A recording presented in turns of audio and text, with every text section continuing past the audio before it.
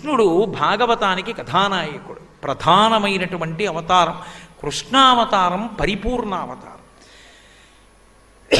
నేను ఎందుచేత ఈ మాట అంటున్నానంటే, మిగిలిన అవతారాలకి కృష్ణ పరమాత్మ యొక్క అవతారానికి భాగవతాన్ని మీరు జాగ్రత్తగా పరిశీలిస్తే చాలా పెద్ద భేదం ఒకటి కనబడుతుంది. ఏమిటా భేదం అంటే, కృష్ణ పరమాత్మ యొక్క అవతార స్వీకారము చేత కేవలము ధర్మరక్షణమొక్కటే ప్రయోజనము కాదు. కేవలము ధర్మాన్ని రక్షించడానికి మాత్రమే వచ్చిన అవతారం కాదు. ఆ అవతారం రావడంలో అనేకమైనటువంటి రహస్యములను ఆయన దాచాడు. అందుకే ఆయన రావడం కూడా శ్రావణ మాసంలో బహుళపక్షంలో అష్టమి నాటి అర్ధరాత్రి వచ్చాడు. ఎందుకు రావాలప్పుడు అంటే, శ్రావణ మాసం వర్షాకాలం, అపారమైన చీకటి. సాయంకాలం అయ్యేటప్పటికే చీకటి పడిపోతుంది, మేఘాలు కిందకు వచ్చేస్తాయి, నల్లటి మేఘాలు, వర్షధారలు పడుతూ ఉంటాయి. అంతటా కూడా బురదతో ఉంటుంది, అరణ్యాలన్నీ తీగలు లతలతో నిండిపోయి ఉంటాయి. అటువంటి కటిక చీకట్లో, అందున బహుళపక్షం శ్రావణమాసం అంటే మరీ చీకటిగా ఉంటుంది. మరీ చీకటిగా ఉన్నప్పుడు అమావాస్య దగ్గరికి వచ్చేస్తోంది అష్టమి తిథి అంటే. అష్టమి తిథి దగ్గరికి వచ్చేస్తుండగా ఏం అమావాస్య ఎంచుకోవచ్చు కదండి, బాగా చీకటిగా ఉంటుందంటారేమో. అష్టమికి కృష్ణుడికి దగ్గర సంబంధం. అందుకే అష్టమ గర్భంలో పుడతాడు, అష్టమి నాడు పుడతాడు. ఏమిటా అష్టమి? అష్టాంగయోగమనందు 8వ మెట్టు సమాధి. సమాధి అంటే బ్రహ్మమును అనుభవించుట. కృష్ అంటే నిరతిశయ ఆనంద స్వరూపుడు. ఆయన పాదములు పట్టుకున్నవాడు మోక్షమును పొందుతాడు.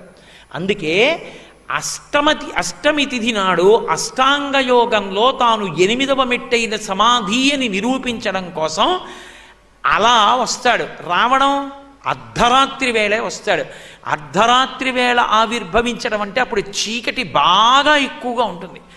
కటిక చీకట్లో అర్ధరాత్రి 12 గంటల వేళ ఆవిర్భవించేటటువంటివి రెండున్నాయి. ఒకటి సాకారముతో వస్తుంది, ఒకటి ఆకారము నిరాకారము రెండూ కలిపిన అరూపరూపిగా వస్తుంది. శ్రావణమాసం బహుళపక్షంలో అష్టమి నాటి అర్ధరాత్రి వచ్చినటువంటి కృష్ణ పరమాత్మ కరచరణాదులతో వచ్చాడు. ఆయన చీకట్లో ఉన్న వస్తువు ఏదో మనకి తెలియదు, అందుకే భయం. చీకట్లో బయటికి వెళ్ళండి అంటే ఎందుకు భయపడతాం?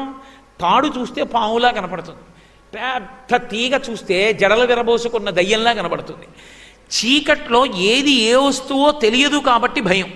ఉన్న వస్తువు ఉన్నట్టు తెలియాలంటే చీకట్లో నేను ఏ ఉద్యోగం చేస్తున్నానో, నాకు ఏ పాలసీ ఉందో, నాకు ఎంత చెక్ బుక్ ఉందో, లేకపోతే నేను ఏం చదువుకున్నానో, నాకు ఎన్ని పట్టుపంచలు ఉన్నాయో తీసుకొచ్చి అక్కడ పెడితే చీకటి పోతుందా? దీపం ఒక్కటి ఉంటే చీకటి పోతుంది. చీకటి పోతే ధైర్యం వచ్చేస్తుంది.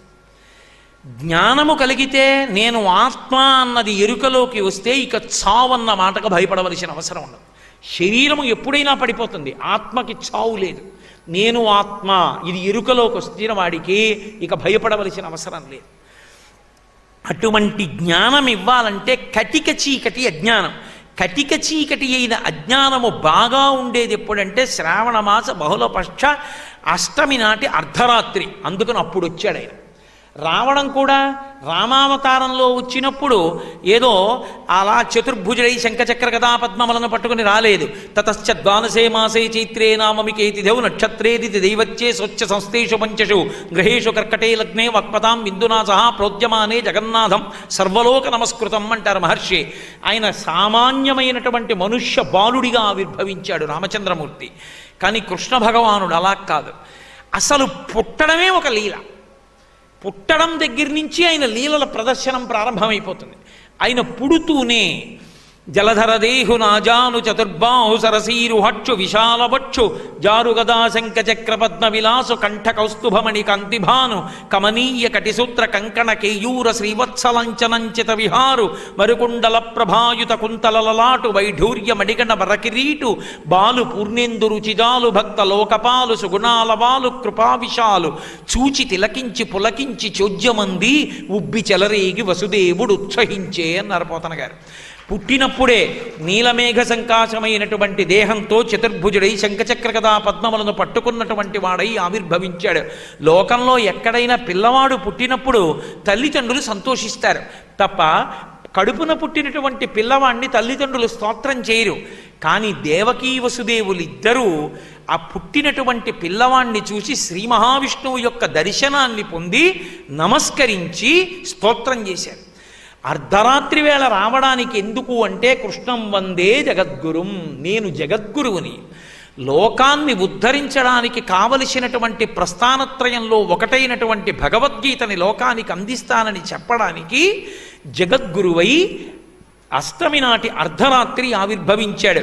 అక్కడి నుంచి మళ్ళీ 6 నెలలు లెక్క పెడితే శ్రావణం తర్వాత భాద్రపదము, ఆశ్వీజము, కార్తీకము, మార్గశిరము, పుష్యము, మాఘము. మాఘమాసంలోకి వచ్చేటప్పటికి మళ్ళీ మహాశివరాత్రి. మహాశివరాత్రి అర్ధరాత్రి మళ్ళీ లింగోద్భవం జరుగుతుంది. ఆపాతాళ నభస్థలంత భువన బ్రహ్మాండమా విస్ఫుర జ్యోతిస్పాటిక లింగమౌళి విలసత్పూర్ణేందువంతామృతై అస్తోకప్లుతమేకమీశమనిశం రుద్రానువాకాంజపం ధ్యాయే దీప్సిత సిద్ధయే ధ్రువపదం విప్రోభిషించేచ్చివం బ్రహ్మాండ వ్యాప్త దేహాభజిత హిమరుచాభాసమానాభుజంగై కంఠే కాళాః కపర్దాః కలిత శశికలశ్చండకోదండహస్తాః త్రిక్షా రుద్రాక్షమాలాసులలిత వపుషః సంభవా మూర్తిభేదాః రుద్రాశ్రీ రుద్రసూక్త ప్రకటిత విభవానః ప్రయచ్చస్తు సౌఖ్యం అని జ్యోతిర్లింగమై అర్ధరాత్రి వేళ మళ్ళీ అజ్ఞానాన్ని పోగొట్టడానికి పాతాళం నుంచి ఆ పై వరకు బ్రహ్మ విష్ణువులకు కూడా తెలియనంత పైకి జ్యోతిస్తంభమై వెలుస్తాడు. మళ్ళీ చీకటి పోగొట్టడానికి అరూపరూపి అయి శివలింగం వస్తుంది. రెండూ అజ్ఞానమును పోగొట్టడానికి వచ్చినటువంటివే. శ్రీ శివాయ గురవై నమః. అందుకే కృష్ణం వందే జగద్గురుం, రెండు గురుస్వరూపాలై వచ్చాయి. అందుకే అష్టమి నాటి అర్ధరాత్రి వేళ ఆవిర్భవించాడు. ఆయన ఆవిర్భవిస్తూనే ఇద్దరి యొక్క ప్రబలమైనటువంటి కోర్కెలు తీర్చాలి, అందుకు ఆవిర్భవించాడు. ఒకటి ఇక్కడ దేవకీ వసుదేవుల కోర్కె తీరాలి, వేరొక చోట నందయశోదల కోర్కె తీరాలి. ఎందుకు తీరాలి అంటే తాను శ్రీ మహావిష్ణువుగా వారి మధ్య నిలబడినప్పుడు కటిక చీకట్లో అందరూ విష్ణుమాయ చేత నిద్రపోతూ ఉండగా దేవకీ వసుదేవుల్ని పిలిచి ఒక మాట చెప్పాడు. ఒకానొక సమయంలో ఈమె పేరు పృష్ణి, ఆయన పేరు సుతపుడు. దేవకీ వసుదేవులతో చెప్తున్నాడు, ఈ వసుదేవుడు ఒకప్పుడు సుతపుడు, ఈ దేవకీదేవి పృష్ణి, వీళ్ళిద్దరూ కలిసి 12,000 దివ్య సంవత్సరములు ఎండుటాకులు కూడా తినడం మాని నా కోసం తపస్సు చేశారు. అంత గొప్ప తపస్సు చేస్తే నేను ప్రత్యక్షమయ్యాను. అప్పుడు వాళ్ళు ఏమి కోరాలి? దుర్లభమైనటువంటి మోక్షాన్ని కోరాలి. కానీ వాళ్ళు విష్ణుమాయకి వశులయ్యారు. అంటే ఆయనే అలా కోరేటట్టు చేశాడు. ఏమి కోరేటట్టు చేశాడు? ఇంత తపస్సు చేసిన వాళ్ళు ఎదురుగుండా శ్రీ మహావిష్ణువు కనపడితే మోక్షం అడగకుండా నీలాంటి కొడుకు కావాలన్నారు. నాలాంటి కొడుకు నేను తప్ప వేరొకడు లేడు, కాబట్టి నేనే మీకు కొడుకుగా వస్తానన్నాను. ఆ సమయంలో వాళ్ళిద్దరూ సుతపుడు పృష్ణి అన్న పేరుతో ఉన్నారు కనుక పృష్ణి గర్భుడు అన్న పేరుతో అవతార స్వీకారం చేశాను. తర్వాత దేవకీ వసుదేవులు అదితి కశ్యపులయ్యారు, అప్పుడు వామనమూర్తినై వచ్చాను. ఇప్పుడు దేవకీ వసుదేవులయ్యారు, శ్రీకృష్ణ పరమాత్మనై వచ్చాను. 3 సమయాలలోనూ కూడా 3 అవతారములలో నేనే అవతార స్వీకారం చేసి వాళ్ళ కడుపున పుట్టాను. ఇక నేను వీళ్ళ కడుపున పుట్టవలసిన అవసరం ఉండదు, ఎందుకంటే ఈ జన్మ వారికి చివరి జన్మ. నేను కొడుకునన్న భావన చేత నన్ను నిరంతరము స్మరించిన కారణము చేత మోక్షానికి వెళ్ళిపోతారు. కొడుకు అన్న భావనతో స్మరించినా ఏ భావనతో స్మరించినా ఫలితం అదే. కృష్ణతత్వం అనంతం ఏ భావనతో కృష్ణుణ్ణి స్మరించండి, కృష్ణ స్మరణము చేత వచ్చేదేది అంటే మోక్షం. అందుకే ఆ కృష్ణ స్పర్శ మన మనసు మీద బాగా పడడానికే అన్ని లీలలు చేశాడు, ఎవరికీ అందనంత చేశాడు. ఏకకాలమునందు దేవకీ వసుదేవుల యొక్క వరాన్ని తీర్చాడు. అటు ధరాద్రోణులు ఉన్నారు. ధరాద్రోణులు, ద్రోణుడు అష్టవసువులలో ఒకడు, ఆయన భార్య ధరాదేవి. వీళ్ళిద్దరూ చతుర్ముఖ బ్రహ్మగారి దగ్గరికి వెళ్ళారు కృష్ణావతారం వచ్చే సమయంలో. వెడితే బ్రహ్మగారు అన్నారు, అందరినీ కృష్ణావతారంలో కృష్ణుడికి సహాయం చేయడానికి భూమి మీదకి వెళ్ళమన్నాను, మీరు కూడా వెళ్ళండి అన్నాడు. అంటే వాళ్ళు అన్నారు, మేము వెడతాం, కానీ మాకు వరం ఇస్తే వెడతామన్నారు. ఏం వరం కావాలన్నాడు. నాకేం వరం కావాలి అంటే భూమి మీదకి కృష్ణుడి యొక్క అవతారం వచ్చినప్పుడు ఆ కృష్ణుడికి సేవలు చేసుకునేటటువంటి అదృష్టము మాకు కల్పించు, అలా కల్పిస్తే మేము వెడతామన్నారు. తప్పకుండా మీకు అటువంటి అవకాశం కల్పిస్తాను, మీరు కృష్ణుడికి ఎన్నో సేవలు చేస్తారు, వెళ్ళండి అన్నాడు. అందుకే శుకబ్రహ్మని పరీక్షిత్తు గుండెలు బాదుకుని అడిగాడు. జగదీశ్వరునకు చన్నిచ్చు తల్లిగా ఏమి నోము నోచయి యశోద, పుత్రులంచు అతని పోషించు తండ్రిగా నందుడేమి చేసే నందితాత్మ. లోకాలనన్నింటినీ పోషించగలిగిన కృష్ణుడికి తల్లినని ఆమె స్తన్యం ఇవ్వడమా? లోకాలకి తండ్రి అయినటువంటి శ్రీ మహావిష్ణువుకి తాను అన్నం పెడుతున్నానని నందుడేమో నడిచి రావడమా? ఏ పుణ్యం చేశారయ్యా వీళ్ళిద్దరూ అన్నాడు. అంటే అప్పుడు చెప్పాడు శుకుడు, వీళ్ళు ధరాద్రోణులు, వీళ్ళు బ్రహ్మగారిని వరం అడిగితే మీరు ఆయన్ని సేవించే అవకాశం ఇస్తానని బ్రహ్మగారు వరం ఇచ్చాడు. కృష్ణ పరమాత్మ సేవ చేసుకునే అవకాశం కల్పించడం కోసం పుడుతూనే దేవకీ వసుదేవులకు కుమారుడై వేరొక పక్కన తాను పెరుగుతున్నప్పుడు తనకి సేవ చేయడానికి పెద్దవాడైపోయిన తర్వాత సేవ ఎవరు చేస్తారు? రుక్మిణీదేవి చేయాలి, అష్టమహిషులు చేయాలి, తల్లిదండ్రులు ఎందుకు చేస్తారు? కాబట్టి చిన్నతనంలో సేవలు అందుకోవలసింది తల్లిదండ్రుల దగ్గర. ఆ సేవలు అందుకుంటాడు కృష్ణుడని బ్రహ్మగారు వరం ఇచ్చాడు. బ్రహ్మగారి మాట నిలబెట్టడానికి నందవ్రజానికి వెళ్ళిపోవాలతాను. అందుకని వెంటనే శిశురూపాన్ని పొందాడు, ఇంత విష్ణు స్వరూపాన్ని ఉపసంహారం చేశాడు. ఆయన ఇలా ఎత్తుకున్నాడంతే వసుదేవుడు. తెలుగు భాగవతం ప్రకారం అయితే ఎత్తుకుని గుండెల మీద పెట్టుకోగానే ఏం చెయ్యాలో తెలిసిపోయింది. ఎందుకు తెలిసిపోతుంది? పరిపూర్ణావతారం గనక కృష్ణావతారం. అవతారమునకు పరమేశ్వరుని యందు 3 లక్షణాలు ఉంటాయి. ఆయనకి ఆణవమలము, కార్మికమలము, మాయికమలము అని 3 మలములు ఉండవు. ఆణవమలము అంటే మనందరి శరీరాలు పంచభూతాలతో తయారవుతాయి. అన్నిటిలోనూ పృథివాప తేజోవాయురాకాశములు ఉంటాయి. కానీ భగవంతుని యొక్క శరీరము అలా నిర్మాణము కాదు, అది దివ్యమైనటువంటి శరీరం. ఆ శరీరం కాబట్టి ఆణవమలం ఉండదు, కార్మికమలం ఉండదు. చేసిన కర్మల యొక్క ఫలితాలు అనుభవించడానికి మనం పుడతాం. చేసిన కర్మల ఫలితం అనుభవించడానికి వచ్చినవాడు కాడు, మన కర్మలు దిద్దడానికి వచ్చినవాడు. కాబట్టి కార్మికమలం ఉండదు, మాయికమలం ఉండదు. మనమందరము మాయ చేత ఆవహింపబడి ఉంటాం. కానీ ఆయన అలా మాయ చేత ఆవహింపబడడు, మాయాతీతుడై ఉంటాడు. మాయ ఆయనకి వశవర్తి అయి ఉంటుంది. అందుకని అటువంటి భగవత్ స్వరూపాన్ని ఇలా పట్టుకునేటప్పటికీ కృష్ణుడు చెప్పక్కర్లేదు, ఏం చెయ్యాలో అర్థమైపోయింది. వెంటనే కృష్ణుణ్ణి పట్టుకున్నాడు, బయలుదేరాడు. కాళ్ళకి చేతులకి వేసిన సంకెళ్ళు ఊడిపోయాయి, తలుపులకు వేసిన గొలుసులు ఊడిపోయాయి, మేకులు ఊడిపోయాయి. బయటికి వెళ్ళిపోతున్నాడు. వెంటనే ఆదిశేషుడు వచ్చాడు, పడగలు పట్టాడు, ఎక్కడ తలుపులు అక్కడ మూశాడు. కృష్ణుడి మీద ఏ వర్షం పడకుండా వెంట వస్తున్నాడు. యమునా నది ఒడ్డుకి వెళ్ళారు. ఆ శౌరికి తెరవసగను ప్రకాశోద్దత తుంగ భంగ కలిత ధరాసాకాశయగు యమున మును సీతేశునకు పయోధి త్రోవ ఇచ్చిన భంగిన్. ఒకప్పుడు రామచంద్రమూర్తికి సముద్రం ఎలా దారి ఇచ్చేసిందో అలా కృష్ణ పరమాత్మని ఎత్తుకుని వచ్చినటువంటి వసుదేవుడికి యమునా నది దారిచ్చింది. యమున దారివ్వడం అన్న మాటకు అర్థమేమిటి? యమున సూర్యుని యొక్క కూతురు, యముడు సూర్యుని యొక్క కొడుకు. కాలము ముందుకు వెళ్ళిపోతుంది, యమున ముందుకు ప్రవహిస్తుంది. ముందుకు వెళ్ళిపోతున్న కాలంలో ఏ జీవుడు ఎక్కడ పడిపోవాలో అక్కడ యముడు పడగొట్టేస్తాడు. ముందుకు వెళ్ళిపోతున్నటువంటి కాలము దారి ఇచ్చి ఇక పుట్టవలసిన అవసరం లేని స్థితి ఎవరికి కల్పిస్తుందంటే కృష్ణుణ్ణి గుండెల్లో పెట్టుకున్న వాళ్ళకి, కృష్ణుణ్ణి తల మీద పెట్టుకున్న వాడికి. అందుకు యమున దారి ఇచ్చింది. ఇప్పుడు యమున దారిచ్చింది, ఆవలి ఒడ్డుకి వెళ్ళాడు. అవతల నందవ్రజం ఉంది, ఇక్కడ కంసుడు ఉన్నాడు. కంసుడు ఉంటే కృష్ణుడు ఉండడు, కృష్ణుడు వస్తే కంసుడు ఉండడు. కామమున్న చోట కృష్ణుడు ఉండడు, కృష్ణుడు ఉన్న చోట కామం ఉండదు. రాముడు ఉన్న చోట కాముడు ఉండడు అన్నట్టు, రెండు ఒకటే కదు తత్వం. అందుకని తిన్నగా తీసుకెళ్ళాడు. అవతల నందవ్రజంలో నందుని యొక్క భార్య యశోదాదేవికి యోగమాయ ప్రభవించింది. ఎవరు యోగమాయ? ఇది భాగవతంలో పెద్ద రహస్యం. దీన్ని అద్భుతమైన రీతిలో కృష్ణావతారంలో సమన్వయం చేశారు. కృష్ణావతారంలో యోగమాయ అంటే ఎవరో కాదు, నారాయణ నారాయణి. లోకంలో దంపతుల పేర్లుగా ఉంటాయి, పార్వతీ పరమేశ్వరుల యొక్క పేర్లు కూడా విడివిడి ఉండవు. శివ శివాని, భవ భవాని, రుద్ర రుద్రాణి. వాళ్ళ ఏదో హంస హంసిని, నారాయణ నారాయణి, ముందువన్నీ పార్వతీ పరమేశ్వరుల పేర్లు. నారాయణ నారాయణి దంపతులు కారు, అన్నా చెల్లెళ్ళు. విష్ణువే యోగమాయగా ఉంటాడు, అయ్యవారే అమ్మవారి రూపాన్ని పొందుతాడు. అందుకే ఇద్దరూ అలంకార ప్రియులు, ఇద్దరూ అవతారాలు స్వీకరిస్తారు, ఇద్దరూ రాక్షస సంహారం చేస్తారు, ఇద్దరూ భక్త సంరక్షణం చేస్తారు. అందుకే విష్ణుమాయ, యోగమాయ. ఆ తల్లి స్త్రీ రూపంలో అక్కడ ప్రభవించింది.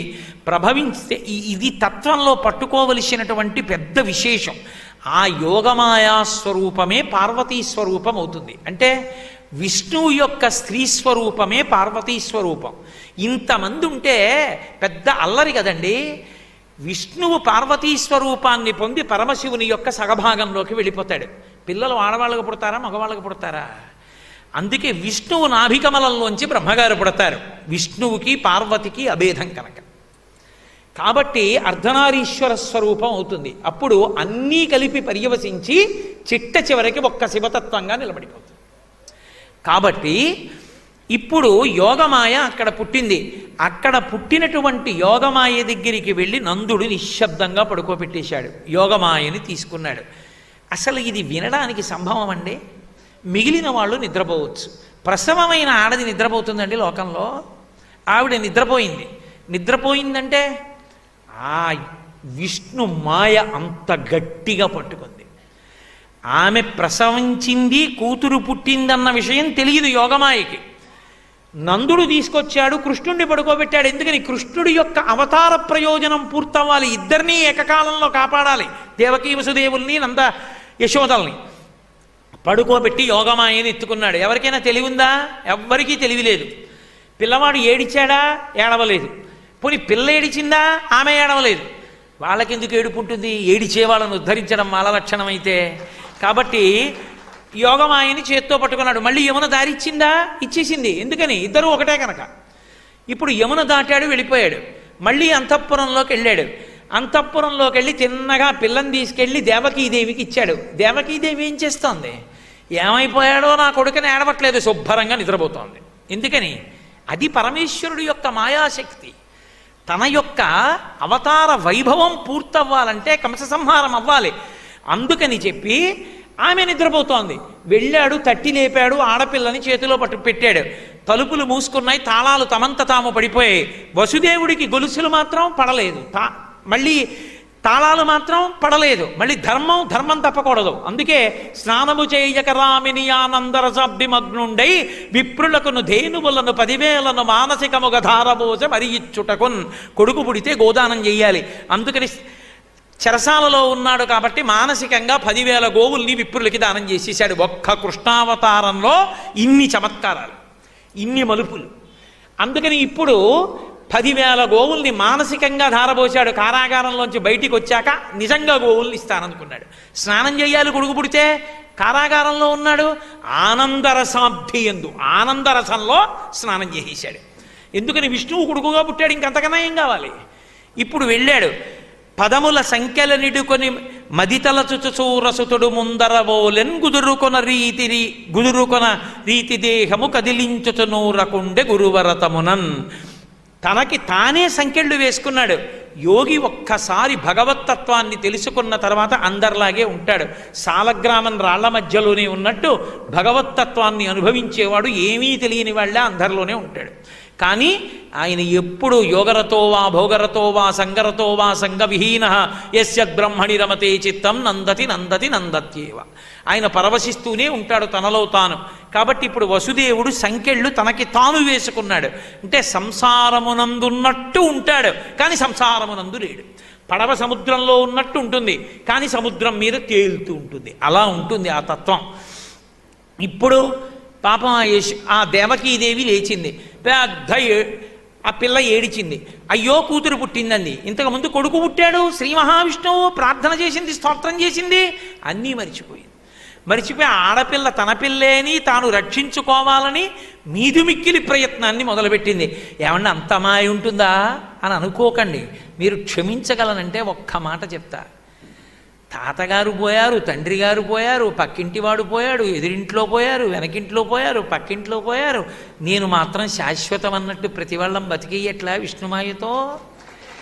మన ఎందే మాయ అన్వయం అయితే వాళ్ళ ఎందు అన్వయం అయితే ఏమి ఆశ్చర్యపోవలసినటువంటి విశేషం. ఇప్పుడు ఆ పిల్లని పట్టుకుని పాపం ఏడుస్తోంది. భటులు గబగబా వచ్చారు, తాళాలు దానికి వేసినటువంటి ఆ ముద్రలు చూసుకున్నారు. ఏం అవ్వలేదు, పరిగెత్తుకుంటూ వెళ్ళారు కంసమహారాజు దగ్గరికి. అయ్యా మేనకోడలు పుట్టింది, అష్టమ గర్భంలో ఉన్నారు. ఆడపిల్లో మగపిల్లాడో నాకు గండం. పరిగెత్తుకుంటూ వచ్చాడు, తలుపులు తీశాడు. పాపం ఆ దేవకీదేవి ఏడుస్తోంది.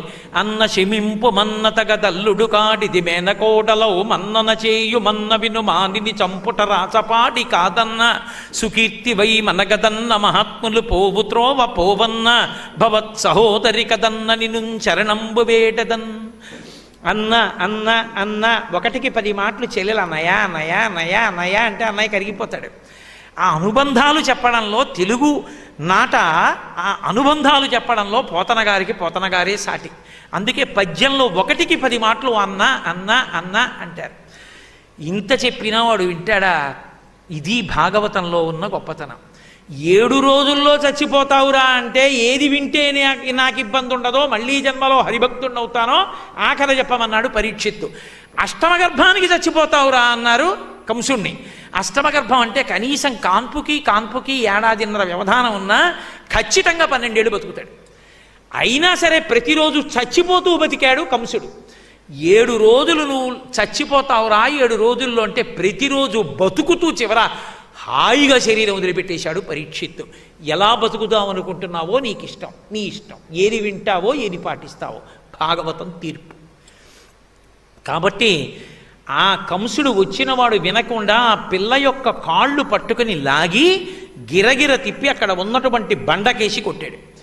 మిగిలిన పిల్లల్లాగే చనిపోతుంది. కానీ ఆ పిల్ల చనిపోవడం మానేసి ఒక్కసారి పైకి లేచిపోయింది, ఆకాశంలోకి లేచిపోయి తెంపరివై బొరింబొరిని దేవకి బిడ్డల చిన్ని కుర్రలం చంపితివి, రాళ్ళ మీద నన్నొంపితివి శిరో ఇది బీరమే, నా సరసంజనించి నిన్ను చంపెడివాడు వేరొక దిశ సంస్కృతి పొందెడువాడు దుర్మతి అంది. హురే, ఇంతమంది పిల్లల్ని చంపేశావు, 6గురిని, ఇంకా నీకు బుద్ధి రాలేదురా? 8వ గర్భం బలరాముడు ఆ సంకర్షణము చేత రోహిణీదేవి ఎందు పుట్టాడు. మళ్ళీ నన్ను కూడా చంపుదాం అనుకున్నావా? నేను నీకలా దొరికేదాన్ని కాను. నా సరసన జన్మించినటువంటి కృష్ణుడు అదిగో వేరొక చోట సమస్త భోగాలతో పెరుగుతున్నాడు, వాడు నిన్ను చంపుతాడు రా అంది. అని ఆ తల్లి ఒక్కసారి పైకి ఎగిరిపోయి సింహాసనం మీద కూర్చుంటే 8 భుజములతో ప్రకాశించింది. శంఖచక్ర గదా పద్మములు ఒకవైపు, ధనస్సు, బాణము, ఖడ్గము, శూలము 8 ఒకవైపు పట్టుకుంటే ఆకాశంలో విహరిస్తున్నటువంటి దేవతలు, యక్షులు, గంధర్వులు, కిన్నెరులు, కింపురుషులు అందరూ వచ్చి ఆమెకి నైవేద్యాలు పెట్టి పుష్పమాలలు సమర్పించి గంధ తాంబూలాదులు ఇచ్చి ఆమెని సత్కరించారు. ఆ తల్లి ఈ భూమి మీద ఎక్కడ ఏ పేరుతో ఉండనివ్వండి, విజయ, చాముండి, శారద, కాళీ, దుర్గా, ఏ పేరుతో ఈ భూమి మీద ఉన్నప్పటికీ ఆ తల్లి యొక్క లక్ష్యం ఒక్కటే, ప్రజలకు క్షేమమును చేకూర్చట. అదొక్క లక్ష్యంతో ఆ తల్లి ఈ భూమి మీద అనేక గుణములతో, అనేక నామములతో, అనేక చోట్ల ఏకకాలమునందు వెలిసి భక్తుల యొక్క పూజలు అందుకుంటోంది. ఇక్కడ కృష్ణావతారంలో కృష్ణ భగవానుడు నందుడి యొక్క వ్రజానికి వెళ్ళిపోయాడు. యువతల పక్కన దేవకీ వసుదేవుల దగ్గరికి వచ్చి కంసుడు వేదాంతం చెప్పాడు. మీకు ఆశ్చర్యం ఏమిటంటే రాక్షసులు చెప్పినంత వేదాంతం పురాణాల్లో దేవతలు, ఋషులు కూడా చెప్పారు. అంత గొప్ప వేదాంతం చెప్తారు. కానీ అది మెట్ట వేదాంతం. మెట్ట వేదాంతం అన్న మాటకు అర్థం ఏమిటంటే ఎవడు వేదాంతం చెప్తాడు తప్ప తన జీవితంలో అనుష్ఠాన పర్యంతంలోకి తెచ్చుకోడో, అలా తెచ్చుకోకుండా కేవలం చెప్పడానికే వేదాంతం పనికొస్తుందో అలాంటి వాడిని మెట్ట వేదాంతం ఉన్నవాడు అంటారు. రాక్షసుల వేదాంతం మెట్ట వేదాంతం. వచ్చాడు, దేవకీ వసుదేవుల యొక్క పాదముల మీద పడ్డాడు. పడి, అయ్యో నేను చంపేశాను మీ పిల్లలందరినీ అని మీరు అనుకుంటున్నారు, ఇంతకుముందు 6 పిల్లల్ని చంపాను కదా బావా, నేను చంపడం ఏమిటి? లోకంలో చంపేవాడెవడు, చచ్చిపోయేవాడెవడు బావా? ఆత్మ ఎప్పటికీ శాశ్వతంగా ఉంటుంది. భగవంతుడు అలా విధించాడు నా చేత చనిపోవాలని. ఆ అపకీర్తి నేను మూట కట్టుకున్నాను తప్ప నేనా కారకుణ్ణే, నన్ను మన్నించు బావా అన్నాడు. ప్రార్థన చేశాడు. వసుదేవుడు పాపం వెంటనే వేదాంతాన్ని స్మరించాడు, విడిచిపెట్టేశాడు. దేవకీ వసుదేవులు వెళ్ళిపోయారు. అయితే కృష్ణావతారం రావడానికి ఉన్నటువంటి నేపథ్యంలో ఉన్న విశేషాలలో ఇదొకటి. ఈ 6 పిల్లల్ని కంసుడు మొదట చంపలేదు. యథార్థానికి మొట్టమొదటి గర్భం పిల్లవాడు పుట్టగానే వసుదేవుడు పిల్లవాడిని చేతుల్లో పట్టుకుని తీసుకొచ్చి ఇచ్చేశాడు కంసుడికి. బావా మొదటి గర్భం చంపేయమన్నాడు. కానీ కంసుడు అన్నాడు, బావా నీ యొక్క మాట నిబద్ధత నాకు తెలుసు, బిడ్డలు పుట్టగానే తెచ్చిస్తానన్నావు, కడుపున పుట్టిన పెద్ద కొడుకునే తెచ్చి ఇచ్చేసావు, ఇది ఎవరికి చెందుతుంది? నిన్ను నేను నమ్ముతాను బావా, ఇబ్బంది లేదు, తీసుకెళ్ళిపో నీ కొడుకునన్నాడు. అలా 6 కొడుకులు పుట్టారు. 6 తిరిగి ఇచ్చేశాడు. వసుదేవుడు పట్టుకొచ్చేవాడు, కంసుడి తిరిగి ఇచ్చేసేవాడు. 7వ కడుపున పిల్లవాడు పుట్టలేదు. బలము మిగుల కలుగ బలభద్రుడనిలో ఒక రమణుడగుట చేసి రాముడనియు సతికి పుట్టె గర్భ సంకర్షణంబున సంకర్షునండనటి గనుడుసుతుడు. దేవకీదేవి కడుపులో ఉండేటటువంటి పిండాన్ని మాయాశక్తి తీసి వసుదేవుని యొక్క వేరొక భార్య రోహిణీదేవి నందవ్రజంలో అక్కడ ఉన్నటువంటి నందుడి యొక్క ఆశ్రమంలో ఉంది. ఆమె కడుపులోకి ప్రవేశపెట్టారు. అందుకని వసుదేవుని యొక్క భార్య అయిన రోహిణీదేవి కడుపున పుట్టాడు బలరాముడు. గర్భ సంకర్షణం వల్ల పుట్టాడు కాబట్టి సంకర్షణుడని పేరు. 7వ గర్భం జారిపోయింది తప్ప దేవకీదేవికి బిడ్డడు పుట్టలేదు. అందుకని కంసుడు 6 పిల్లల్ని తిరిగి ఇచ్చేశాడు. మరి తిరిగి ఇచ్చేసిన వాడు ఎందుకు చంపాడు అంటే, ఒకనాడు నారదుండు ఇయ్యన కంసుని ఇంటికి చనుదించి ఏకతమున, ఓరి పిచ్చివాడా నీకు తెలియక మందలోపలనున్న నందాదులను వారి భార్యలు పుత్రులు బాంధవులను నిన్ను చంపేవాళ్ళు కారు వీళ్ళందరూ అనుకుంటున్నావు. 8వ గర్భంలో పుట్టేవాడు నిన్ను చంపడం కాదు, మీ అమ్మ మీ నాన్నతో కలిపి నందవ్రజంలో ఉన్నటువంటి నందాదులు వారి యొక్క పిల్లలు అక్కడ ఉన్నటువంటి ఆవులు దూడలు గోపాలబాలురు అందరూ నిన్ను చంపడానికి వచ్చిన వాళ్ళేరా అన్నాడు.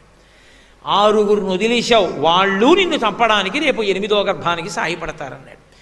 ఈ మాట నారదుడు చెప్పగానే 6 తీసుకురమ్మని కాళ్ళు పట్టుకుని గిరగిరా తిప్పి బండకేసి కొట్టి చంపేశాడు. నారదుడు చెప్పచ్చా ఈ మాట? అంతటి మహానుభావుడే ఎందుకు చెప్పాలి అంటే, కృష్ణావతారం వచ్చే ముందు ఒక దేవతా కార్యం ఒకటి నెరవేరవలసి ఉంది. ఏమిటా కార్యం అంటే, ఊర్ణనాభి మరీచి అని మహర్షి దంపతులు వాళ్ళకి 6 పుత్రులు కలిగారు. ఆ 6 షడ్గర్భులు అంటారు. ఈ 6 గొప్ప భక్తులు జ్ఞానులు. వాళ్ళు ఒకసారి బ్రహ్మగారి సభకి వెళ్ళారు. పెద్దలు కూర్చుని ఉన్నటువంటి సభలో కారణం లేకుండా నిష్కారణంగా నవ్వకూడదు. వారికి ఏ మాయ ఆవహించిందో నిష్కారణంగా నవ్వారు. నవ్వగానే బ్రహ్మగారు చూశారు. కారణం లేకుండా బ్రహ్మసభలో నవ్వారు కాబట్టి మీరు రాక్షసయోని యందు జన్మించండి అన్నారు. ఆ 6 వచ్చి కాలనేమికి కుమారులయ్యారు. ఆ కాలనేమి యొక్క కుమారులు తరువాతి కాలంలో హిరణ్యకశిపుడికి మళ్ళీ కుమారులుగా పుట్టారు. పుడితే ఈ 6 హిరణ్యకశిపుని కన్నా ముందే వెళ్ళి అరణ్యంలో బ్రహ్మగారి గురించి తపస్సు చేశారు. బ్రహ్మగారు ప్రత్యక్షమై ఏం కావాలన్నారు, విపరీతమైనటువంటి వరాలు అడిగారు. 6 వరాలు ఇచ్చాడు బ్రహ్మగారు. వాళ్ళు పరిగెత్తుకుంటూ ఇంటికి వచ్చి హిరణ్యకశిపుడితో చెప్పారు, నాన్నగారు మేము ఇంత శక్తి పొందాం, ఇన్ని వరాలు పొందామని. వాడు తండ్రి అయిన రాక్షసుడు, నేనే పొందలేదు కదా ఇన్ని వరాలు ఇంత శక్తి, కొడుకులు మీరు బ్రహ్మగారి గురించి తపస్సు చేసి ఇన్ని వరాలు పొందడమా? ఇది రాక్షసత్వం అంటే. రాక్షసత్వం అంటే ఎక్కడో ఉండదు. మీకు వచ్చిన వరాలు మీకు ఉపయోగపడకుండుగాక, అలా అయిపోవాలంటే మీ అందరూ కూడా గాఢ నిద్ర యందు మరణింతురుగాక అన్నాడు. వాళ్ళందరూ గాఢ నిద్రలోకి వెళ్ళిపోయి కొంతకాలం ఉండి గాఢ నిద్రలోనే మరణించాడు. పోనీ అక్కడతో వదిలిపెట్టాడా?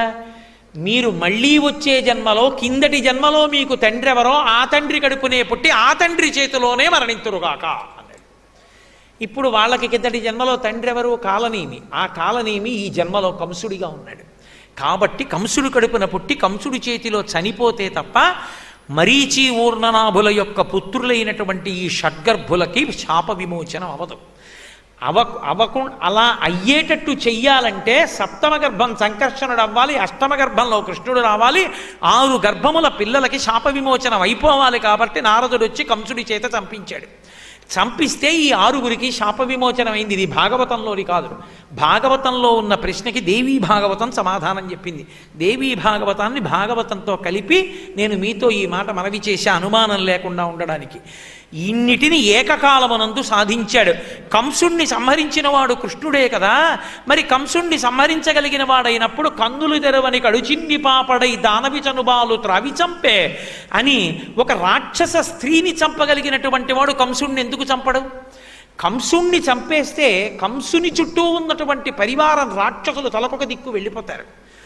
అలా వెళ్ళిపోకుండా ఉండాలి అంటే భవిష్యత్తులో తనని నమ్ముకున్నటువంటి నరుడైన అర్జునుడికి సాయపడడానికి, ధర్మాత్ములైనటువంటి పాండవులను కాపాడడానికి కంసుడు ఉన్నంతసేపు కంసుడి చుట్టూ రాక్షసులు ఉంటారు. ఒక్కొక్కరు తన మీదకి వస్తారు. ఒక్కొక్కరిని చంపుకుంటూ పోతే ఇంతమంది కురుక్షేత్రంలో యుద్ధానికి రారు. నిజంగా మహానుభావుడు కృష్ణ పరమాత్మ అవతార స్వీకారం చేసింది మొదలుపెట్టి పూతనా సంహారం, శకటాసుర సంహారం, తృణావర్తుని సంహారం, బకాసుర సంహారం, ఈ ధేనుకాసుర సంహారం, కాళీయమర్దనం, ఇంతమందిని చిన్నతనంలోనే సంహారం చేశాడు కాబట్టి సరిపోయింది తప్ప కంసుడు ఒక్కడిని సంహరిస్తే ఒకానొకనాడు ద్రోణాచార్యుల వారి దగ్గర పాఠం నేర్చుకున్న ఏకలవ్యుడు వెళ్ళి జరాసంధుడి పక్కన చేరినట్టుగానే రాక్షసులందరూ దుర్యోధనుడి పక్కన చేరుతారు. కురుక్షేత్రంలో ఎంత కష్టపడవలసి వచ్చింది అంతమందిని చంపడానికి. ఇంతమంది కూడా కలిస్తే పాండవులకు ఎంత కష్టం. అందుకే కంసుణ్ణి ఉంచి వీళ్ళని చంపి కంసుణ్ణి చంపాడు. చంపి అప్పుడు వెనక్కి వెళ్ళాడు. పైగా నందవ్రజంలో నందుడి దగ్గరికి వెళ్ళి తన బాల్యం పూర్తయితే తప్ప బ్రహ్మగారి వరం పూర్తి కాదు. బ్రహ్మగారి వరం ఆయనిచ్చిన వరాన్ని నిలబెట్టడానికి తాను నందవ్రజానికి వెళ్ళి పిల్లవాడిగా ఉన్నంతసేపు బాల్యక్రీడలన్నీ నందవ్రజంలో చేశాడు. కంసుడున్నప్పుడు మధురమైనది మధుర అంటే కంసుడంటే కాలనేమి కామం, కామంతో మధురమైన మనస్సు కోరికలతో ఉన్నదాని ఎందు కృష్ణుడు ఉండడు. నందవ్రజం అంటే గురుకులం, గోవులు ఉన్నాయి అక్కడ. మీరు ఆ ఉపనిషత్తుని బట్టి చూస్తే అక్కడ ఉన్నటువంటి గోపకాంతలందరూ కూడా ఋషులు, అక్కడ ఉన్నటువంటి గోవులన్నీ కూడా ఉపనిషత్తులు, వాటి మధ్య ఉండవలసినటువంటి పరబ్రహ్మము కృష్ణుడు. కాబట్టి ఆయన నందవ్రజానికి ఎడతాడు. నందవ్రజంలో ఉండిదే ఆ యశోదానందుల యొక్క కోరిక తీర్చి బ్రహ్మగారి వరం నిజం చేస్తే అప్పుడు తిరిగి మళ్ళీ ఇక్కడికి వస్తాడు, మధురకి వచ్చి కంస సంహారం చేస్తాడు. ఇన్నిటిని ఏకకాలమునందు సాధించడం కోసమని ఎప్పుడో 12,000 సంవత్సరములు తపస్సు చేసినటువంటి పృష్ణి శుతపులకు మోక్షము కావాలనేటటువంటి కోరిక నోటి వెంట రాకుండా చేసి విష్ణుమాయ వాళ్ళని పట్టుకునేటట్టు చేసి వాళ్ళ నోటి వెంట నీలాంటి కొడుకు కావాలని అనిపించి తాను అవతార స్వీకారం చేసి వాళ్ళకి గుర్తు చేశాడు. మనం ఎప్పుడో ఒక్కసారి చేసినటువంటి పుణ్యాన్ని మనం మర్చిపోవచ్చు, కానీ భగవంతుడు మాత్రం మర్చిపోడు. తెలిసో తెలియకో భవిష్యోత్తర పురాణంలో అంటారు, ఏకేన తులసి మాత్రదలేనాపి నరోత్తమ పూజయేద్ భక్తిభావేన తం రక్షామితి మత్పణః అంటారు. ఒక్క తులసి దళాన్ని ప్రీతితో భగవంతుడి పాదముల మీద వేస్తే చాలు వెంటపడి పట్టుకుంటాడు. ఎవడన్న దానితో కూడా ఆయనకి సంబంధం లేదు. అందుకే శంకరులు అంటారు శివానందలహరిలో, నరత్వం దేవత్వం నగవన మృగత్వం వచకత పశుత్వం కీటత్వం భవతు విహగత్వాది జననం సదాత్పాదాబ్జ స్మరణ పరమానందలహరి విహారాసక్తం చేద్రు దయ్యమిహ కింతేన వపుషా అంటారు. ఏ శరీరమైతే ఏం కావాలి? భగవంతుని యందు భక్తి ఉంటే చాలు.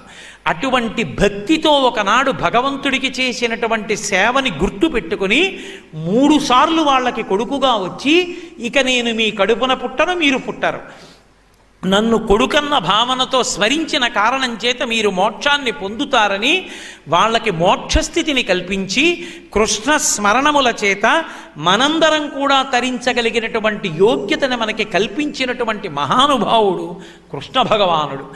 ఇన్నిటిని ఏకకాలమునందు సాధించింది కృష్ణావతారం. అందుకే ఆ అవతారం పరిపూర్ణావతారం. కృష్ణ లీల ఎక్కడ ప్రారంభం అంటే కృష్ణావతార స్వీకారమునందు ప్రారంభం. లోకంలో నాకేదో నేను ఓ పిల్లాడిని తెచ్చి పెంచుకున్నాను అనుకోండి, నేను ఎప్పుడూ చెప్పలేదు అనుకోండి ఆ పిల్లాడికి, వాడు పెరిగి పెద్దవాడైపోతాడు, వాడికి తెలియదు వీడు మా నాన్నగారు కాదని, కానీ నాకు తెలుసు నేను వాడి కన్నతండ్రిని కానని. తప్ప వాడికి తెలియడం ఈయన నాకు ఒక అన్నతండ్రి కాదని వాడికి తెలిసి వీడు నాకు కడుపున పుట్టిన బిడ్డ కాడని నాకు తెలియకుండా ఉండడం లోకంలో ఉంటుందా? ఉండదు.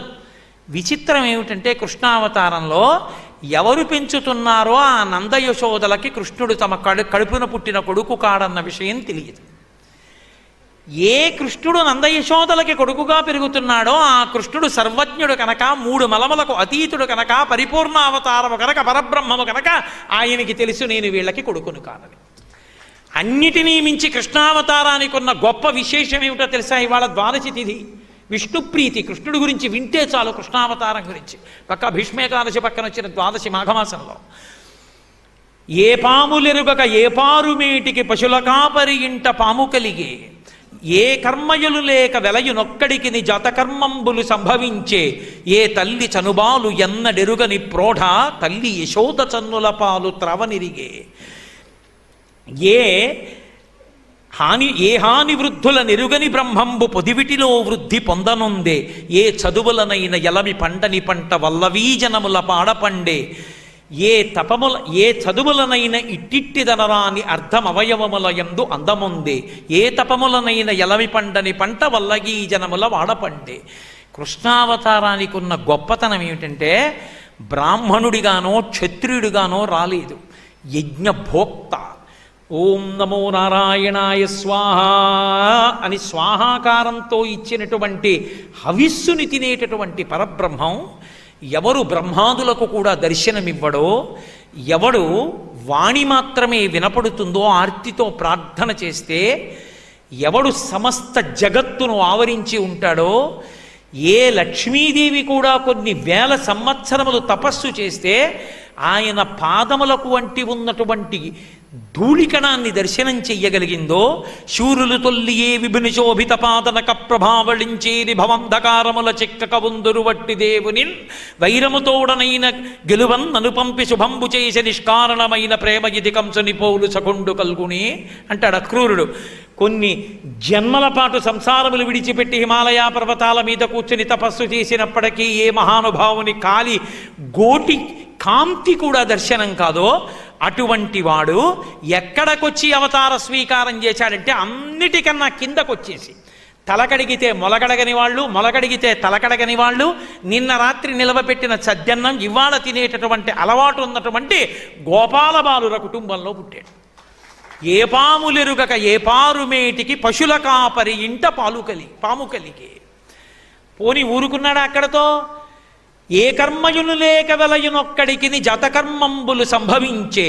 అసలు ఆయనకి కర్మ చెయ్యవలసిన అవసరం లేదు, కర్మే లేదు ఆయనకి. పరమాత్మకి కర్మ ఎక్కడుంది? ఏ కర్మ లేని వాడికి జాతకర్మ చేశారు. జాతకర్మ చేసి ఆయనకు నామకరణం చేశారు, అన్నప్రాసన చేశారు, ఆ పిల్లాడిని తీసుకొచ్చి ఓ బండి కింద ఉయ్యాల గట్ట అందులో పడుకోబెట్టారు. ఇవన్నీ చేయిస్తుంటే ఏమీ తెలియని పిల్లాళ్ళ చేయించుకున్నాడు. జాతకర్మంబులు సంభవించే, ఏ తల్లి చనుబాలు ఎన్నడెరుగని ప్రోఢ తల్లి యశోద చన్నుల పాలు త్రావనిరిగే. ఆయనే లోకములకు తల్లి, ఆయనే లోకములకు తండ్రి. అటువంటి వాడు తల్లి అన్న శబ్దం తెలియనివాడు, తల్లి చనుబాలు తాగడం తెలియనివాడు కృష్ణావతారంలో అమ్మ ఒళ్ళో పడుకున్నాడు, అమ్మ స్తన్యం తాగాడు. అమ్మా అన్న మాట ఎంత ప్రీతిపాత్రమైందో తెలుసుకున్నాడు. అమ్మకి ఎన్నిసార్లు 2 పర్యాయాలు విశ్వరూప సందర్శనం ఇచ్చాడు. అమ్మతో ఆడుకున్నాడు, అమ్మతో పాడుకున్నాడు. యశోదమ్మ మీద అంత ప్రీతి ఉన్నాడు. కాబట్టి ఏ తల్లి చనుబాలు ఎన్నడెరుగని ప్రోఢ తల్లి యశోద చనుల పాలు త్రావనిరిగే, ఏ హాని వృద్ధుల నెరుగని బ్రహ్మంబు పొదివిటిలో వృద్ధి పొందనుందే. మనకైతే 6 వికారాలుంటాయి: పుట్టినది, ఉన్నది, పెరిగినది, తరిగినది, మారినది, నశించినది.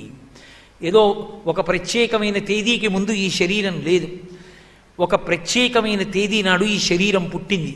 పుట్టిన శరీరము ఉన్నది, ఉన్నది పెరిగినది, పెరిగినది తరిగినది. కొంతకాలం అయిపోయిన తర్వాత వృద్ధాప్యం వస్తే సన్నబడిపోతుంది. తరిగినది, మార్పు చెందినది. ఆయనేనండి ఈయన అని ఆశ్చర్యపోయేటట్టు అయిపోతుంది. నశించిపోయినది, ఒకనాడ శరీరం పడిపోతుంది.